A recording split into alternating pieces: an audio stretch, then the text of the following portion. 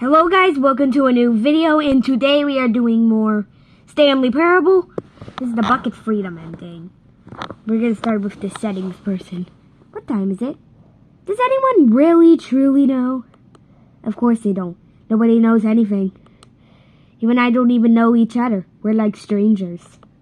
Sure, I've adjusted all of the game settings to your exact specifications, but who hasn't? It's just what I do, like a daily job. And now the job is over. There's no more information for me to gather. I've collected all the data on you that I can.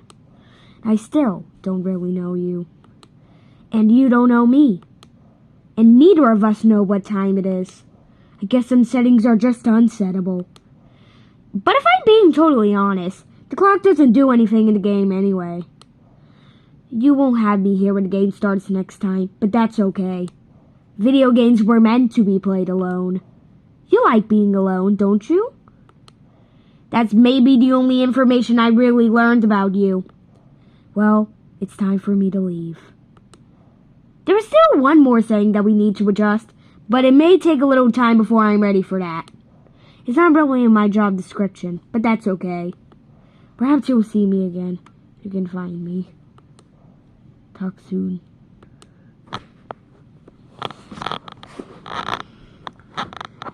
Alright! Already a minute and a half into the video. We haven't even started. We are back with the Stanley Parable 2. More orange than ever!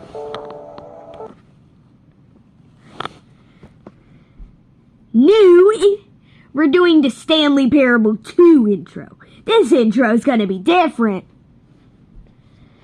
Just watch it. Oh, shoot.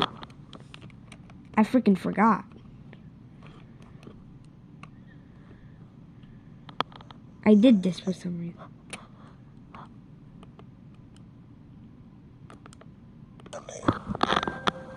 See, it's different. Stanley worked for a company in a big building where he was employee number 427. Employee number 427's job was simple. He sat at his desk in room 427 and he pushed buttons on a keyboard. Orders came to him through a monitor at his desk, telling him what buttons to push, how long to push them, and in what order. This is what employee 427 did every day of every month of every year. And although others might have considered it soul-winning, Stanley relished every moment that the orders came in, as though he had been made exactly for this job. And Stanley was happy. And then one day, something very peculiar happened.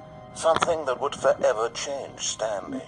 Something he would never quite forget. Stanley Parable 2. He had been at his desk for nearly an hour when he realized that not one single order had arrived on the monitor for him to follow. No one had showed up to give him instructions, call a meeting, or even say hi. Never in all his years at the company had this happened, this complete isolation. Something was very clearly wrong. Shocked, Where are my coworkers? Stanley found himself unable to move for the longest time. But as he came to his wits and regained his senses, he got up from his desk and stepped out of his office. I put in a Windows cursor. I gotta fix it. Alright, I removed the reticle from the game. Oh god, everything's blurry. Oh, darn it. What am I doing? I'm gonna try and make it full screen. 4 minutes and I haven't even stepped out of my office. All of his co-workers were gone. What could it mean? Stanley decided to go to the meeting room. Perhaps he had simply missed a memo. Bucket.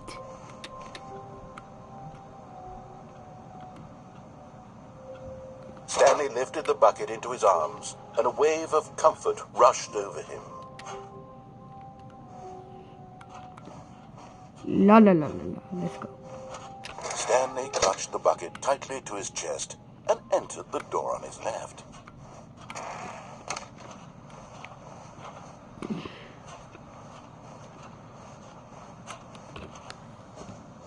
still no one was here.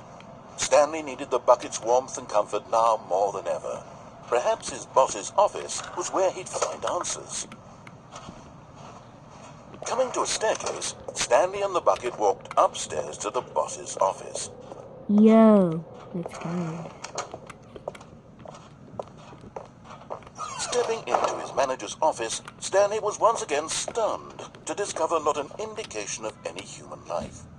Crushed by the weight of this revelation, Stanley may have broken down into an emotional dumpster fire if not for the soothing presence of the bucket.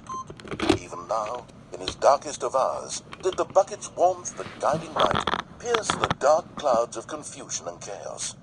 It would be with him, always. The bucket would. And he knew it. The two of them were inseparable. At this point, Stanley was so absorbed in the tender spiritual connection he shared with the bucket that he didn't notice the keypad behind the boss's desk. Nor in his bliss of simply being near the bucket did he have any notion that the PIN number for the keypad was 2845. But Stanley guessed the correct code by sheer luck. Was it the bucket knew all along? Was the bucket guiding him? Yes, this is certainly the most logical explanation. Do the broom closet ending in another. I'll do the broom closet ending second. Oh, collectible.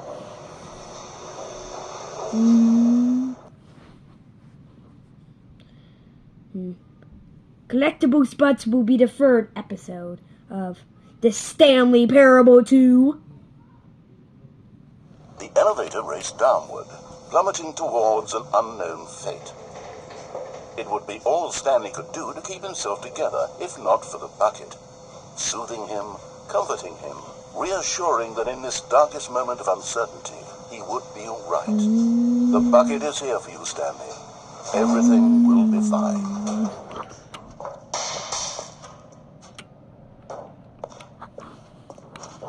Stanley and the bucket walked straight ahead through the large door that read, Mind Control Facility.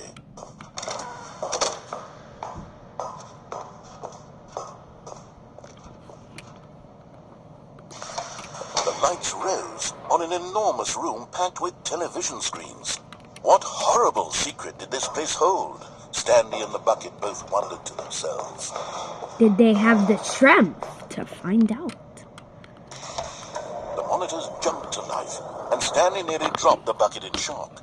Everyone in the office was being videotaped, monitored like guinea pigs. The bucket had never seen anything like this, and it very nearly burst into tears as Stanley cradled it gently, reassuring it. Oh, Stanley's reassuring the bucket? That makes no sense. It's called the Stanley Parable Reassurance Bucket for a reason. Was the bucket under the mind control facility's influence as well? Had the bucket been told to do things it didn't wish to do? What kinds of things does a bucket want to do or not want to do in the first place? These questions raised furiously in Stanley's feeble mind. No! He screamed into the bucket. He couldn't accept it. His own life in someone else's control. Never! He squeezed the bucket tighter. His one friend in the entire world. At this point, he could trust no one except for the bucket. And here we are. But here was the proof. The heart of the operation. Controls labeled with emotions. Happy, or sad, or content. Walking, eating, working, all of it monitored and commanded from this very place. And as the cold reality of his past began to sink in, Stanley decided that this machinery would never again exert its terrible power over another human life.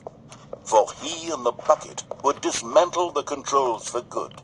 Two best friends, Stanley and the bucket, up against the world. They high-fived in a really cool way, and the bucket made a sassy comment about taking down the system.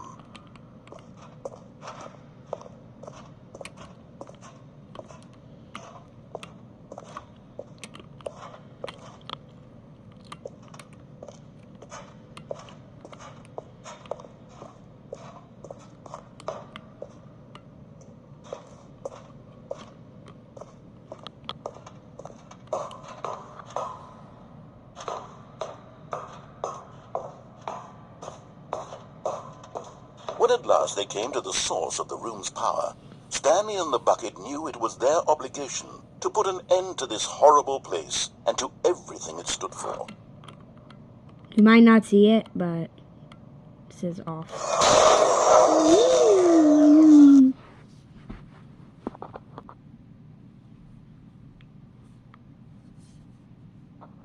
Stanley and the bucket waited in blackness. Was it Was it over? over? Yes. Yes, they had done it. Stanley and the bucket had defeated their greatest and darkest enemy, freed themselves from the tyrannical grip of the evil mind control machine. Freedom was now mere moments away. Excitedly, the two of them began to discuss the kind of life they wanted to live once they stepped through this massive door. The bucket wanted to learn to roller skate.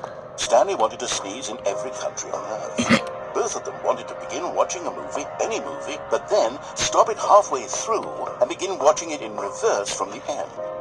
True, it was a simple life they envisioned, but it was one they'd lived together. The with one trees another are starting to belong, come in. trust, to support and to grow. Sorry about that. What? Huh? Wait. What was happening? Why had the door stopped? Yes, I know. Was Stanley and the bucket not about to be freed? An unbearable silence filled the room, lingering in uncertainty.